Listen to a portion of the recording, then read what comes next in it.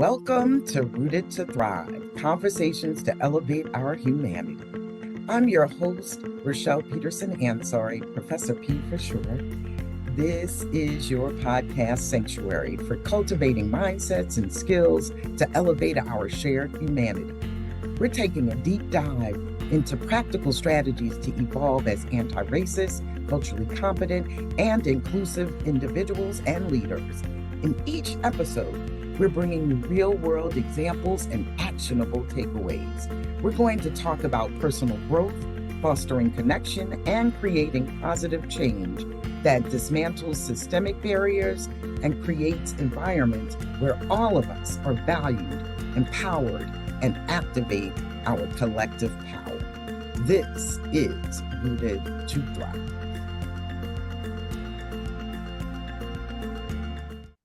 Hey there. Hello. How you doing? Um, That's great. This is Rooted to Thrive. Welcome and welcome back to everyone joining us in Rooted to Thrive Conversations to Elevate Our Humanity podcast. I'm your host, Rochelle Peterson-Ansari, aka Professor P.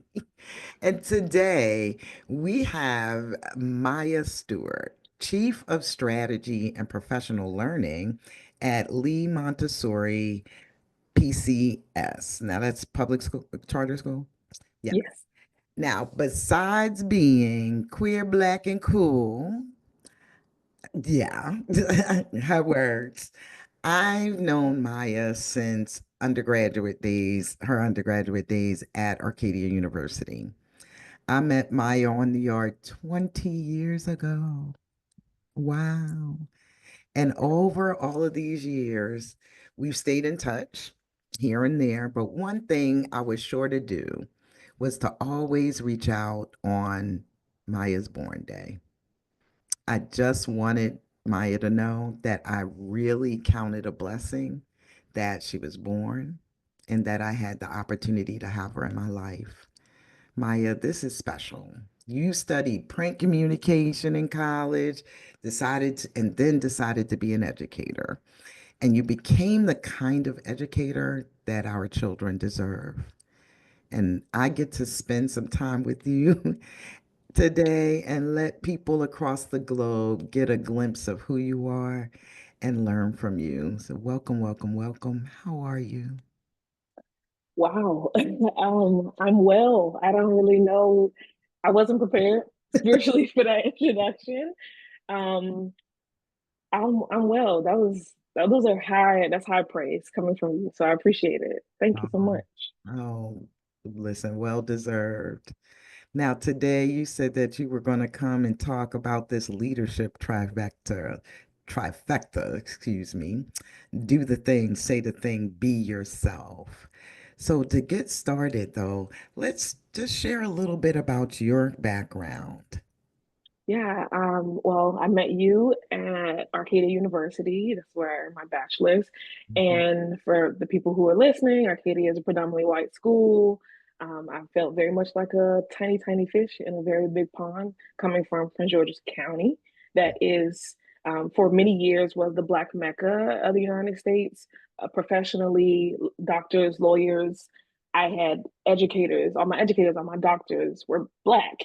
And so to go to a predominantly white institution as an undergrad was culture shock, to say the least. I flourished at Arcadia, though. It was educators like you who really took me under your wing and made sure I took care of myself. I ate good food on the weekends. I went to church, like stuff like that, that really helped like maximize, or maybe I could offer that help balance the reality of the culture of a predominantly white school.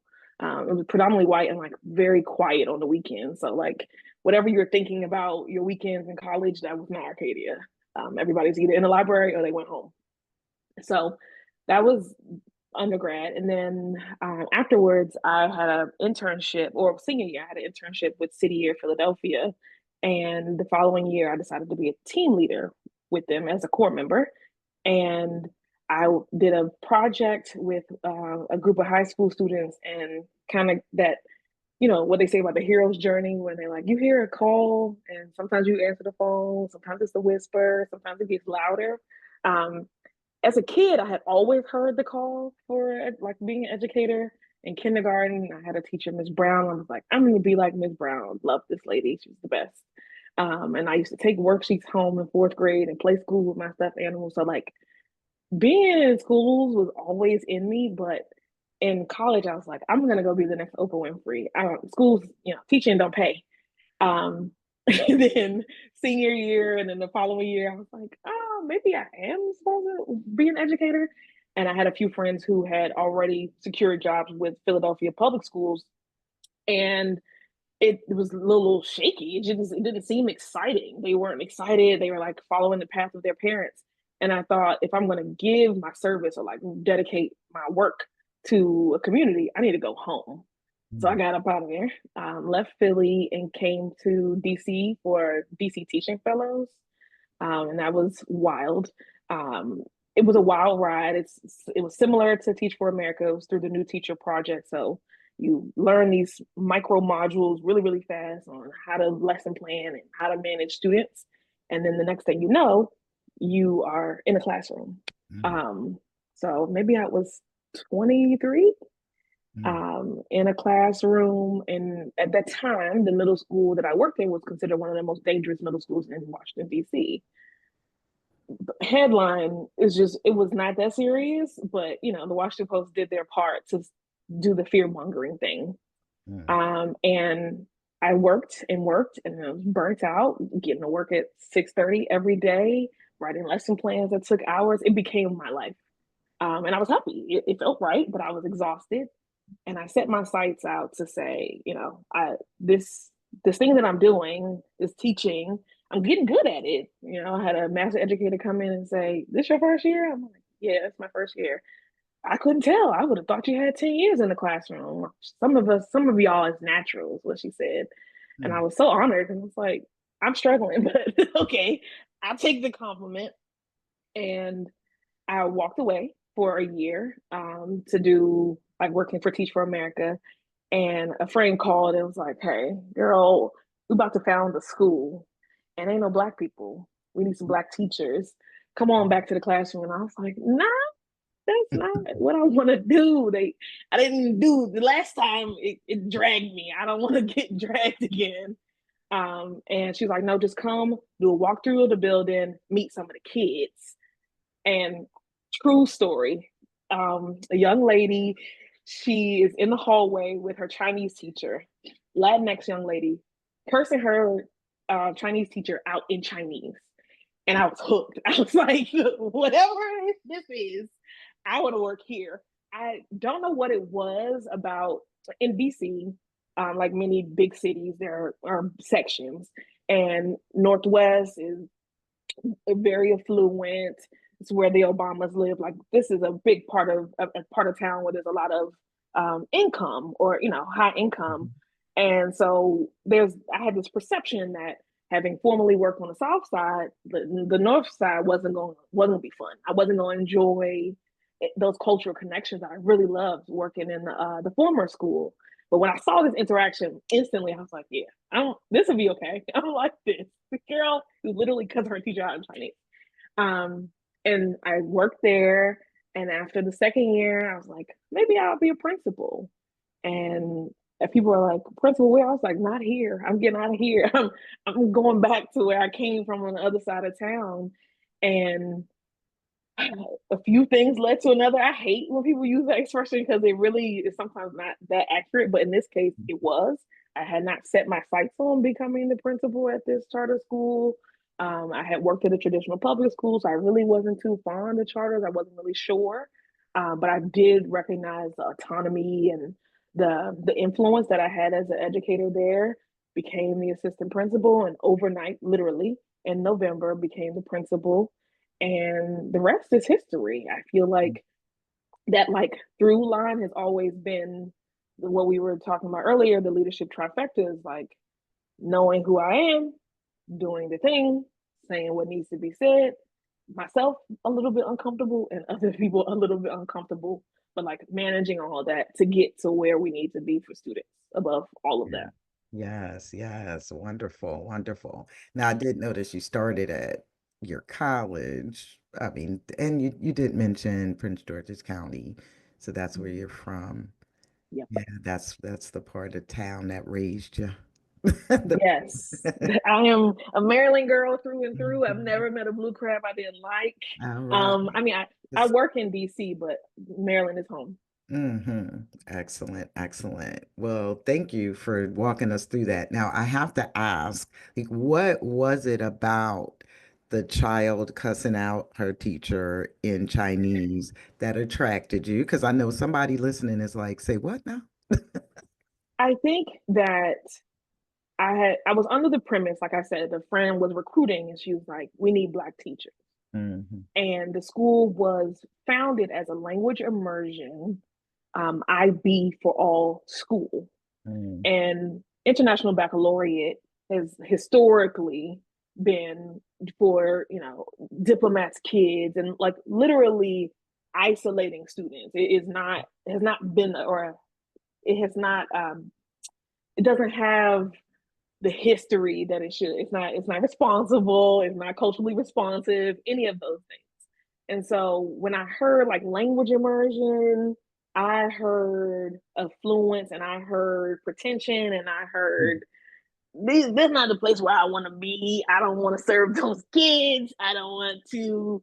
They're gonna mm, be okay without me, right? I'm a talented teacher, but I should mm, go where the need is, and this is not a place that I initially saw as with any needs. That all the needs were met from my mm, vantage point.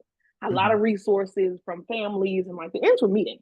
But when I heard this young lady, and the story ever hears it, she's probably laughing. Like if I when I saw this interaction, I saw a kid who was so language, like so fluent in Chinese, was not like nothing about her said that she was like a native Chinese student, like this was her mhm, heritage language.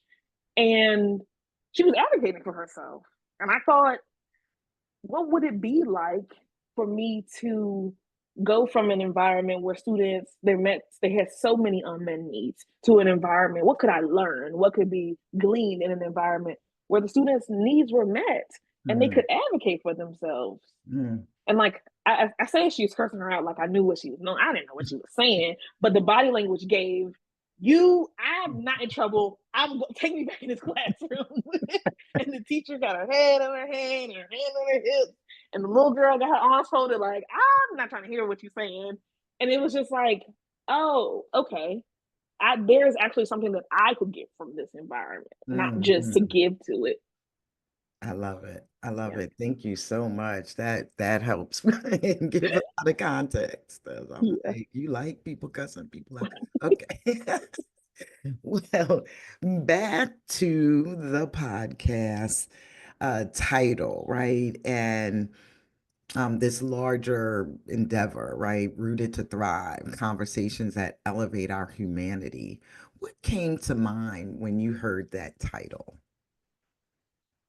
Yeah, I think when I think about conversations that elevate humanity, I think about what does it mean to speak truth to power. Like when I was younger, I really didn't know what that expression meant. Mm, And then I had some experiences, both professional and personal, where I thought, what would have changed? How could other people's lives be transformed or edified if I just share what happened? Right? If I just told the truth mm, about what I felt, what I saw, what my perspective was on something, how could somebody else's journey be changed or different?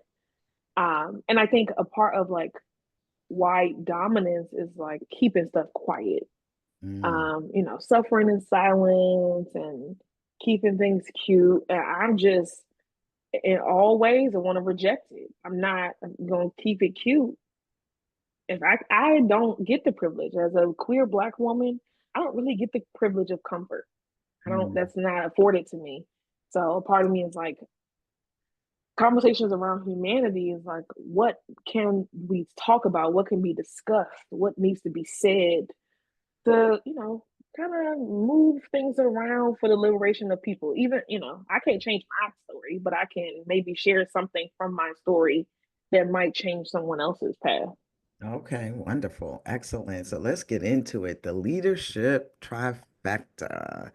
What is it, like when you thought of the title of this show, of this episode, the leadership trifecta, do the thing, say the thing, be yourself. How does that help our listeners strengthen either their anti-racism muscles, their cultural competence, or their inclusive practices? Taking notes because it helps me make sure I process. That's Um, I think the best way to create spaces that honor all people is to create a space that you yourself would like to be in. okay.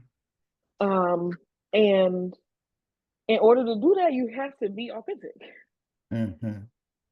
And I think that creating inclusive spaces or spaces that help people with marginalized identities, it rages against the machine, so to speak, right? That's the work that nobody really talks about, but the work that is very, very important is like making sure everybody has a place. Belonging is like a big part of the human experience. All of us, come from somewhere and either want to belong or create spaces where others belong. And I Mm-hmm. like the leadership trifecta for any leader. I mean, I'll speak for myself as like a school leader. When you are doing the thing and saying the thing and being yourself, you are a model for the people around you. You Mm-hmm. really get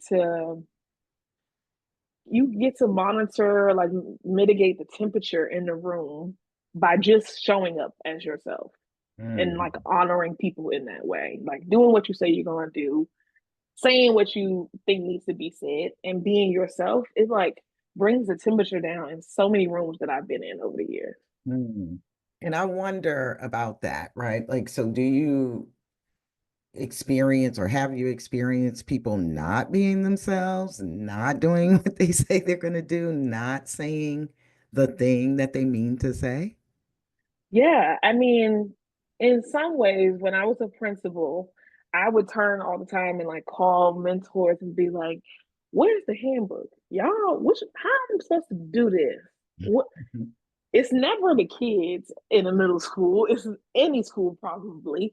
It's managing the psychological gymnastics of managing adults Mhm. and trying to, like, as a neurodivergent person, trying to like, these are the words you're saying, like that's coming in on channel one, Mhm. and then your body's doing something different that's coming Mhm. in on channel three, on channel two, and then my brain is making so many different connections between what you're saying, what your body's doing, the people in the rest of the room. That's channel three, and like making sense of that. That is Mhm. exhausting work. Mm. And Okay. so, like, I've been in rooms where you think that everybody's on the same page about something. You're convinced because the Mhm. words they're saying are synonymous or like aligned. And then the gruesome meeting after the meeting where you go to your office and somebody else is like, "Where are you at?" And I'm in my office, and they come in and like, "So, remember what's that?" And I'm like, "No, why are we just we were in there for 90 minutes. What are we talking about? Why are we having this meeting after meeting?" And I would say this to whoever has, people chose me as a confidant many times. Mhm. We're doing the emotional work. We're doing emotional labor for other people. Mm. Say Mm. what needs to be said in the room. And the argument was always, well, it's not safe. But Mm. part of safety, in my experience, requires bravery. People don't give you safety. Sometimes you gotta take it. You gotta Mm. demand that this is what the safe space will look like and model what the safe space look like. And Mm. yeah, so those experiences, like, that's the thing that comes to mind because I feel like as a school leader, and probably all leaders feel this way, like all we do is go to meetings. And the Mhm. meetings are just sometimes pointless because we all said thumbs up and then we walked out and like, oh, I hate her. Oh, I don't Yeah. agree. Yeah, that wasn't the truth. Yes. Mm, And we don't make progress on our goals because there's no trust. mhm, I'll see you next week. Why? It's a waste of mhm. time.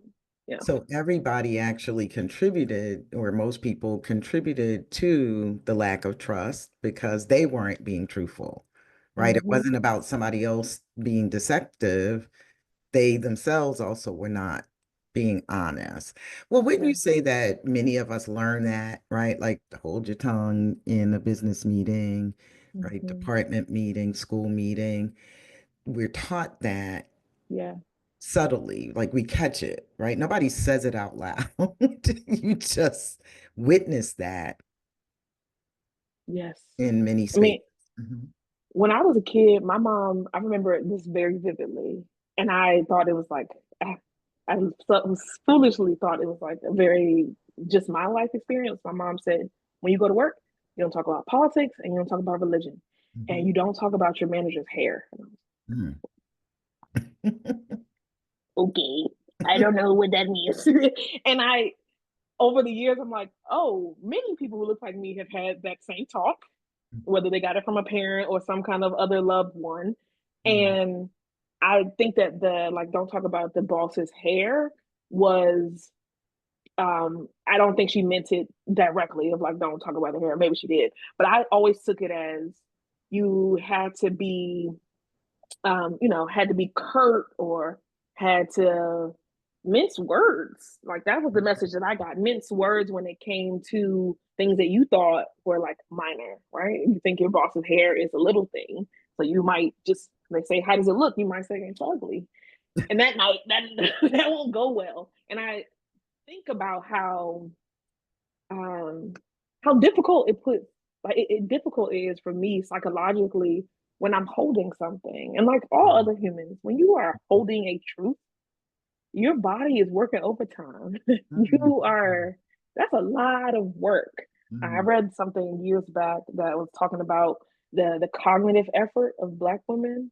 Mhm. Something like some crazy number where it's like 85% of your cognitive effort when you're uncomfortable is in controlling your emotions. Mhm. And I didn't believe it at first, but then I started noticing myself at work and I was like, I am armoring myself up all the time for Mhm. conversations. I don't even know where Mhm. the conversation is going. Mhm. These are people who are my colleagues.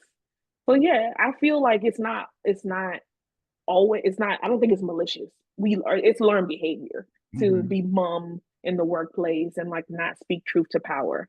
I think the difficult part is like accepting that that is not healthy. Right. It's not a natural circumstance. Right. Well, before we get into countering that, can you give us an example of how, like maybe one time you might have had to arm yourself, or maybe Mm. when you noticed like what was happening? If you could give us a concrete example. I know it might have been a long time ago. Yeah, I there was a time as a middle school principal where my direct report is really excited about starting a family. Mm, And I too was excited for her. I'm like, my God, you're gonna be a mom. I mean, it's a super exciting position to be in because you felt safe enough to tell me, feel good about that. And I'm going to my superior to like our regular weekly check-in. And my superior has like some unfavorable feedback about this direct report. And it is, in my opinion, like, what do we talk? Like, what is this feedback? It's not actionable. It's just really your opinion. You don't mm, have an intimate relationship with this person's work. So you really can't speak on it. Like, I'm trying to be open minded and like find the good part of the feedback. mhm, Um, but it was really, really difficult for me. And I realized in the conversation, like physically, my body is tensing up, my shoulders are tensing up, and mhm, I stopped listening. mm, And it wasn't because I thought, you were gonna do say something to me. I feel like as a leader, you have a responsibility to protect, right? Direct and protect your supervisees. And one of my values is in conflict where I usually say things directly, right? I will usually tell you, this is not okay. Your feedback is inappropriate. Give me more examples. Like I would usually push, but I just sat there Mm, and okay, and like physical discomfort because I thought to myself, if I go further, what harm am I putting myself in? What mm, harm am I putting my direct report in?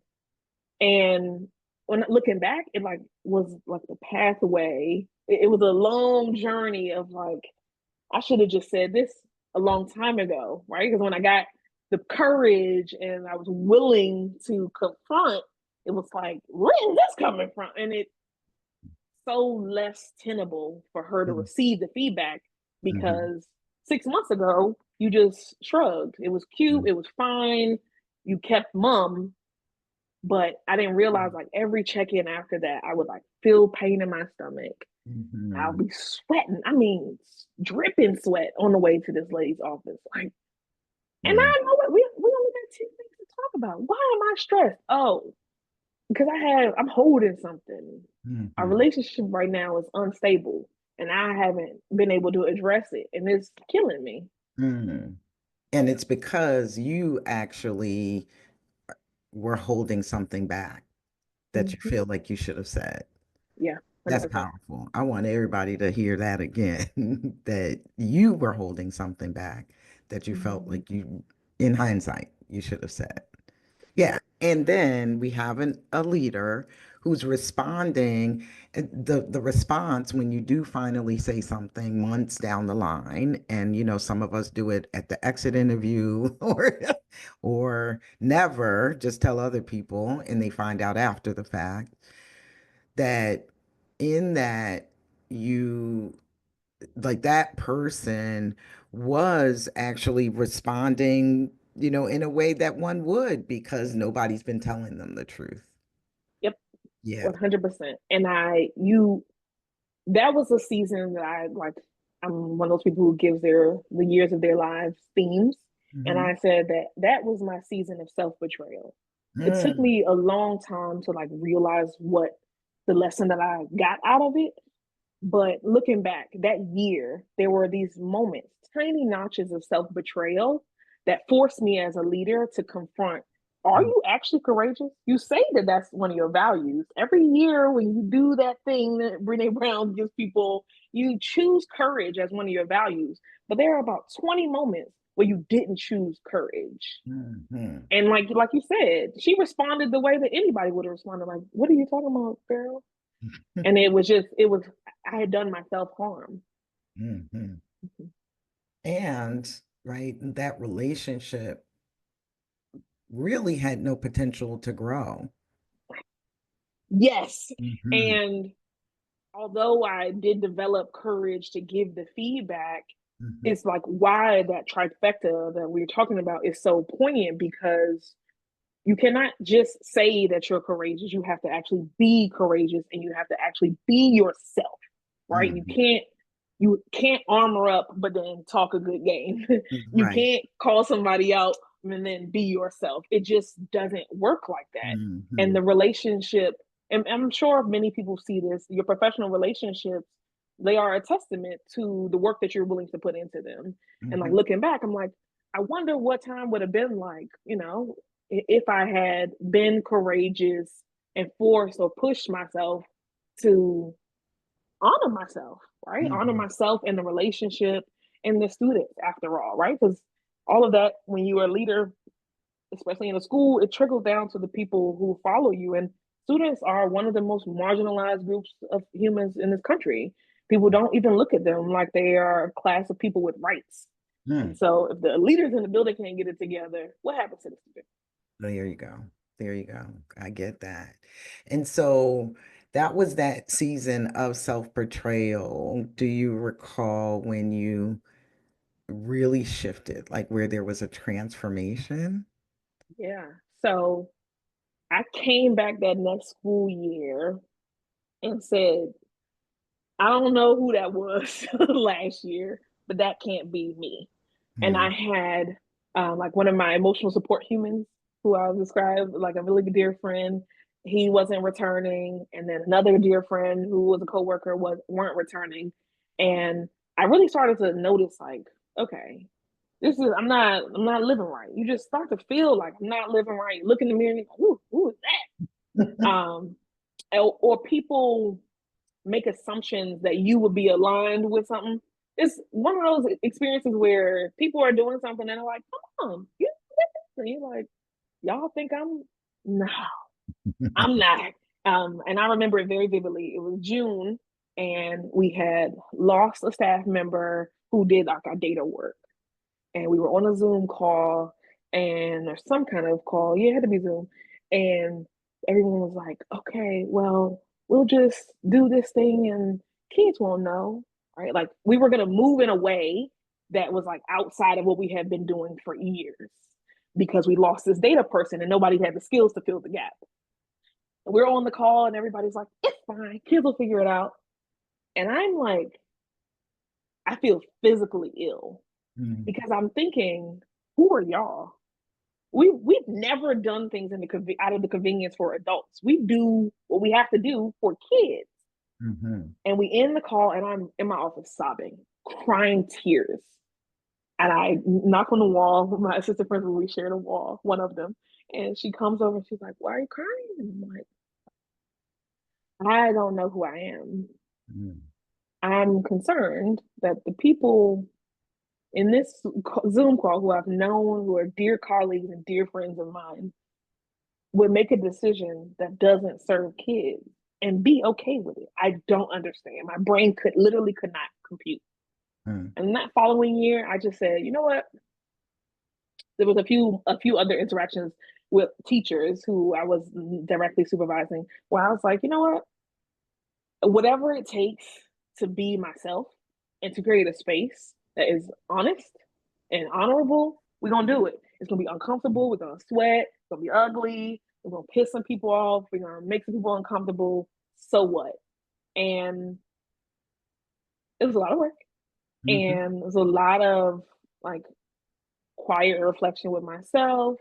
But that moment in my office crying after the Zoom call, I remember thinking, okay, something has to change. And it was not that I could change the people, but I wanted to, like I said earlier, like model what I expected leadership to mhm, be. mhm. Yeah. Yeah. And so you said that it was hard. Take us a little bit on that journey because I want people to learn from it, right? Like, and really have something to hang on to at the beginning, right? Because that's Yeah. when we pull back, because that's Yeah. where it's the messiest. hmm I think there's one example that like sticks out in my head where Mhm, I feel like it all changed for me. I had been known on campus as like a very honest leader, but after this interaction with other leaders, I was like, "Am I honest?" We're because it wasn't a lie per se that we were willing or we were negotiating telling. We were willing to deceive kids, right? mhm, Small deception, whatever, is deceiving, and I'm not with it. And it became clear that like in order for me to like reject this way of be the status quo or like just going to go, I had to start doing some difficult things.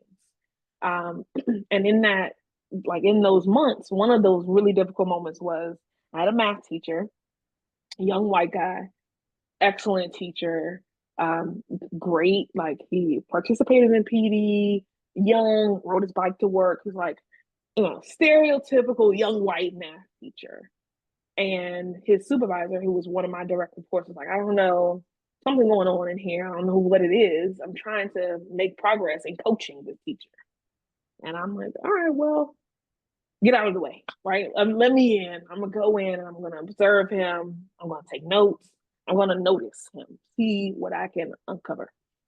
And like this is like part one of where it's like mhm, You're meta coaching your assistant principals to push people, teachers, to their next level of, you know, leadership. And what does it mean to be an effective teacher? And if they get stuck, you can't just keep talking to them. You literally have to get your hands dirty. Mm. Um, and I was willing to do that. But it got to a point where I started taking notes, I'm quantifying the teacher's action steps. So the assistant principal is going with me. We're observing the teacher, and I'm like, "Are you noticing what I'm noticing?" She's not noticing what I'm noticing, but she's white, and so I'm like, "Okay, we just have a very different vantage point."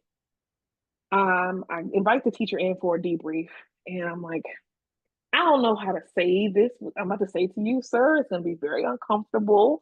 I didn't, I have written a script for it, so I'm going to try to stick to the script. But I have to just be frank with you. I have this piece of data, this piece of data, and this piece of data. Three data points that suggest that you have some distorted feelings about Black students. I think you're scared of them." Mm. And he like looks at me, and I look at him. And he's kind of like, letting the words marinate. And I was like, and we're not going to give up on you. You're a great teacher. Mhm. And I think that, you're a white man raised in America. There's no surprise that you have taken on Mhm. racism. It's just part Mhm. of living in this country. So you're going to read this book and you're going to go through this professional development for white educators. And we're going to keep coming to observe you. We're going to keep giving you feedback. We're going to keep pushing and pushing because I know that you could be great. And he was so like, wow. I think at the moment, neither one of us really knew what to do with ourselves. We were like, oh, and fast forward 2 years later, when he is ready to transition to move to another state, go start his family, he's like, Maya, that was one of the bravest moments and you like life-changing moments for me as a teacher. Mm. And I'm like, it was for me too, but for a different reason.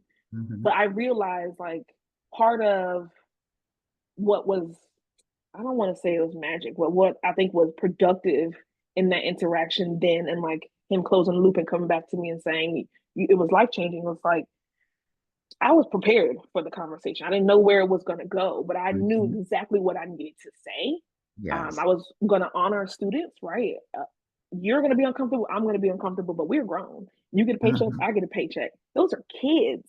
You got sixth and seventh graders in your class who their like math identity, how they see themselves with math. These are the years where it's tested and formed. Mhm. You can't get this wrong, mister. Mhm. Mhm. And in a school with only 30%, 35% of the students are Black and African American, they don't, you can't get it wrong with that group, right? If this is, they're already in a place where they're a minority. They Mhm. can't, in a country where they're a minority, in a school that was not built for them. It's Mhm. just, they have too many things going against them. They can't come to math class and their math teacher jump when they see them. Like, that's just unacceptable. Mhm.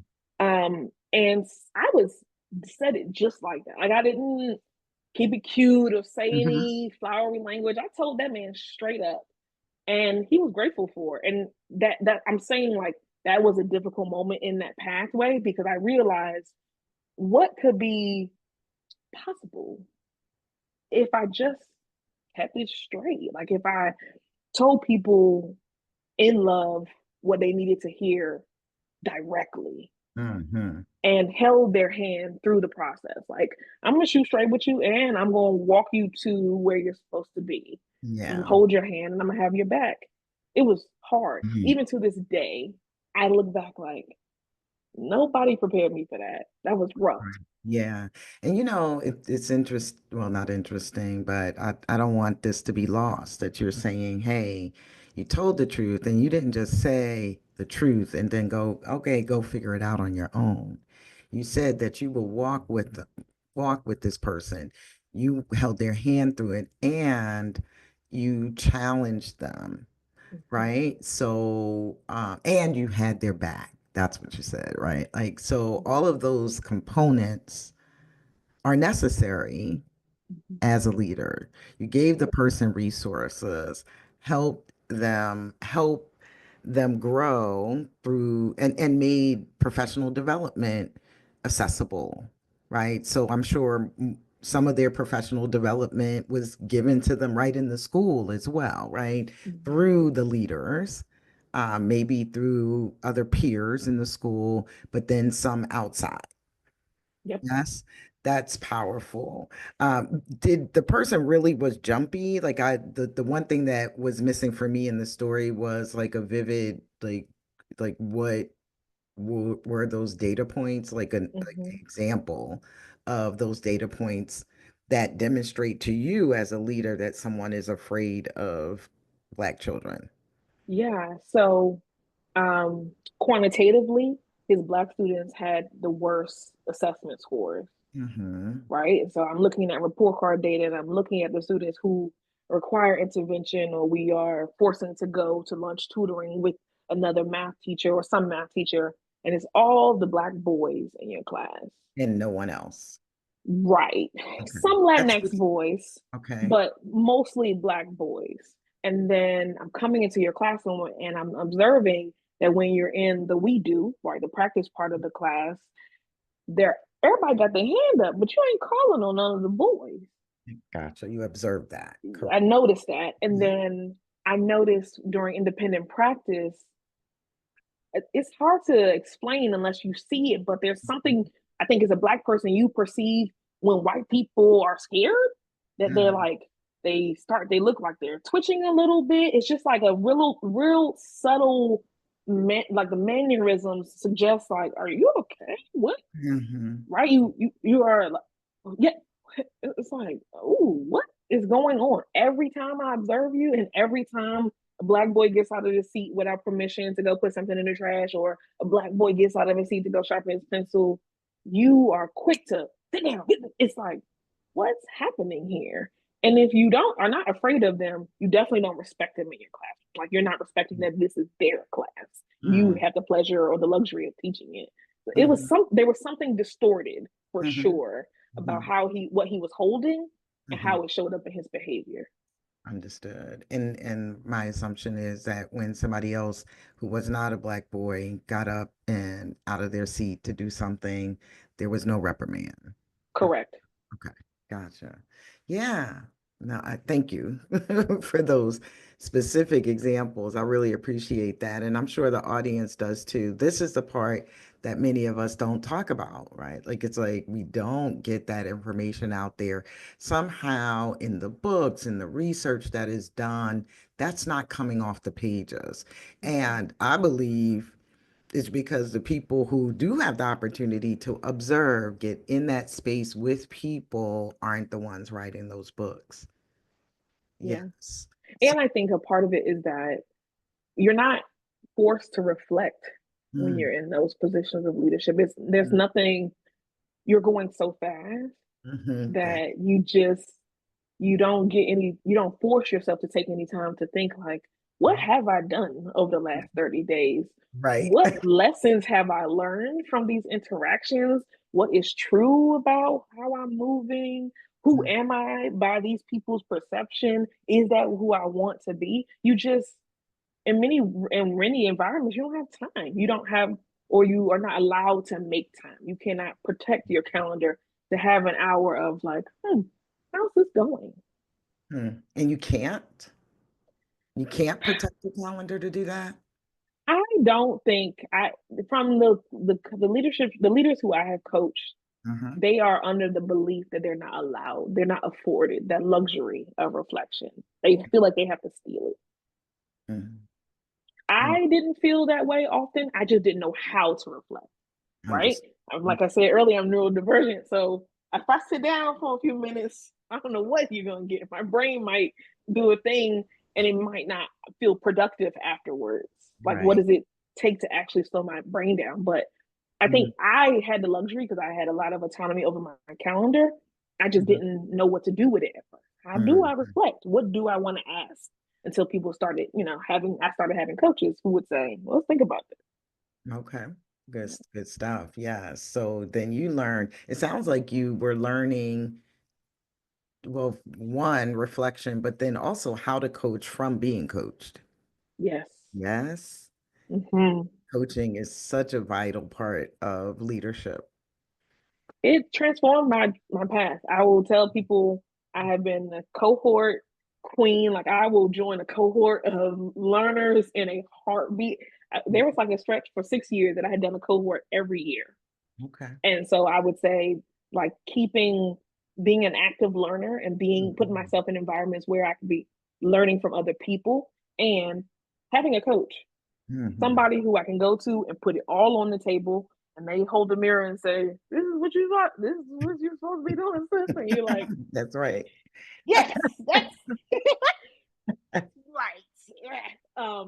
So yeah, coaching and cohorts. I mean, the two experiences are very different, like parts of the brain for me, Mhm. but they both raise your awareness in really, really necessary ways. Understood. Excellent, excellent, excellent. And I also see these practices that you're recommending, right? That they are also a way to prioritize your own well-being. I mean, I had such a deep sigh because I think for many of us, and like I'm speaking for people who I've coached and other Black femme presenting people who I've gotten close to over the years, some of us just want to create places that didn't exist that we needed. Mm-hmm. And so you are on this noble quest to create places and create spaces, and you forget that you still are a part of it. You still have an obligation to yourself. Like none of this shit gets done if you die. Mm-hmm. Mm-hmm. And I mean, every person who I've coached, I've had to be emphatic about that point. Right? I had to tell the story of a Baltimore school leader who was doing recess duty and dropped dead in front of the kids, a Black woman. And there are people are like, Maya, that's not real. I'm like, it's real, friend. It's Mm-hmm. real. And you want to be not only is important to like create spaces that are authentic so that students can thrive and communities can thrive and you can, pay your service to the planet. Mm-hmm. And in doing all of that, you have to turn the attention back to yourself. Mm-hmm. And it can't be the I get my nails and feet done. I say that to my school leader friends all the time, sis. Your feet shouldn't be raggedy, period. Like that's not I hear you. That's not like consumerism, self-care is not the take care of yourself. It is the use your PTO. It Mm-hmm. is the take a vacation. It is the say no. It is to close the laptop. My, I think, third year of principal, I took email off of my phone. Mm-hmm. And you would have thought that I was running around with a scarlet letter on my chest. People came to my office and like, "You took email off your phone?" I'm like, "Well, how did you know that?" Second of all, yes, and still was able to maintain like a highly effective coaching rating from all my coachees. Mm-hmm. Never missed an initiative. Still banging out new initiatives, new projects. Still present for my students and their families. Early at work, leaving on time. I'm meeting people in the parking lot. Like, all right, y'all, be blessed. See you tomorrow. Yes. Because it got to a point where I'm like, I don't recognize myself, and now I'm out of that funk. Mm-hmm. I have to protect. I have to have some boundaries so that it's enough for me to keep doing the work. Because I Yeah. thought that I would just be a principal for the rest of my life. If I'm honest with you, I just thought I would retire as a principal. Mm-hmm. And, the universe said that there's more out there for me. I Mm-hmm. mean, the lesson that I learned so vividly was like, if there's none of me left for the next day, all of this was in vain. Yes. Who's going to Yes. tell the story? Who's going to carry the torch? I have mentors like you who you were so delicate in placing a little seed in my heart and my mind of like, yeah, you stand on the shoulders of giants. Mm-hmm. And I say this jokingly, but I'm like, my ancestors did not die for this. Like I like look at Right. realities where I'm like, how would you look your ancestors in the face and say, yeah, I worked 73 hours? Like, please, for what? Right. Right. Did you Right. get So, more money? right. No. Right. Some of them place their lives on the line so that you would have the freedom, well, to choose, but also to not have to do that. And many of us think we have to do that in Yes. order to be valued. You are so much more than what you contribute in the workplace. Hmm. Your rest is political. You have to rest. You have to step away. And I tell people all the time, because if something happens to me, I'll give y'all about 72 hours and y'all will have a action plan and I'll be replaced. And Yes. that's because the show goes on. So Yes. you have to treat yourself like a really vulnerable vessel. You have to like Mm. take care of who you are. And I mean, I'm so glad that I've learned it. I still think I'm young, right? I'm in my 30s, so I'm like, I'm young, a young leader to have learned such a valuable lesson. And every happy hour I go to, that's the last thing I leave. I'm like, okay, make sure you take your leave, sis. I love you, because life is so short, and it's really, it's not worth it. That's not how we honor the people who died before us. It's Hmm. not by working ourselves to the bone. It's just Right. not. Or honor other people, honor the ones in front of us. Like you said, right? You've been showing up, you've had high ratings by the people you coach and, Mm-hmm, showed up in excellence because you were taking that time, right? And finding that balance for yourself. mm-hmm, Yes, that's wonderful. So I really appreciate all of your insights, these strategies that came through, all that you've shared with us today. Are there any particular resources that you would recommend for the learning, whether they're organizations, courses, books, videos, podcasts, whatever, man. sources, anything that comes to mind? I think um, the thing that really, like, the physical tool I used that got me on the path. Mhm. Obviously, I did the Relays National Principal Fellowship, and like that helped me understand like the technical ways of being a leader. Um, and I hate to shout out like a white woman who gives me the feelings, but Brene Brown's Daring to Lead. Oh, please. Why you have Um, shouting her out? She one of my was I'm like, she got a lot of publicity, and like I don't think that the text is like free of whatever. It's not favorites. perfect. Um, And so though I read two books. I did that experience. I read Daring to Lead or Dare to Lead by Brene Brown. And her name is escaping me. It's The Person You Mean to Be. Oh, the Uh, person you mean to be is the book. yeah. Her name is Dolly Chu. Okay. Um, and I read those with my team. So it wasn't just like something that I read and Mm-hmm. like I could soak it in. It was a actual part of our leadership meetings weekly where we talked about chapters, Hmm. underlined, and then tried things because of what we read in the book. And like looking back, I knew how um, risky it was to read books with your coworkers at work, because we all would take in had different perspectives. But I Uh-huh. think like the habit of reading something together kept us honest, Hmm. and hearing their interpretations of the text raised my awareness even further. And so, like, some of those habits and those behaviors become like reflecting have become practices for me even years later. So Yeah. that the technical part, but then like the mindset, like working on my own mindset, or like getting some of that guilt out. Mhm. Those two books are really helpful. And you did that with your team, which takes some level of vulnerability. Speaking of Brene Brown, but Mm-hmm. it takes that's high emotional intelligence in my mind. And one can develop that, right? Yeah. You can develop your emotional intelligence, your ability Mm-hmm. to really stand in front of people and say, I'm human, just like you, and I'm learning just alongside you. We just have different Yes. roles, all of which are important in this space. Yeah, I Yeah. think that there's a testament to that investment is that we still have a group chat. Hmm. Each of them still reaches out to me. I still connect with them. Some of them I see on weekends. We go places together. It's not just like I built a work team. I built a team that both my mind and body remember as like what it should feel like at work, the kind of space I wanted to be a part of. And I'm Yeah, still that to them, right? I was their boss. right. But we still have a group chat that like is going even today. So I think it was a huge investment. It was risky, but the payoff was that I grew, they grew, we grew together, and we're still connected. Yes, that humans built a relationship with one another. How about Yes, that? magic. How about that? What a thought.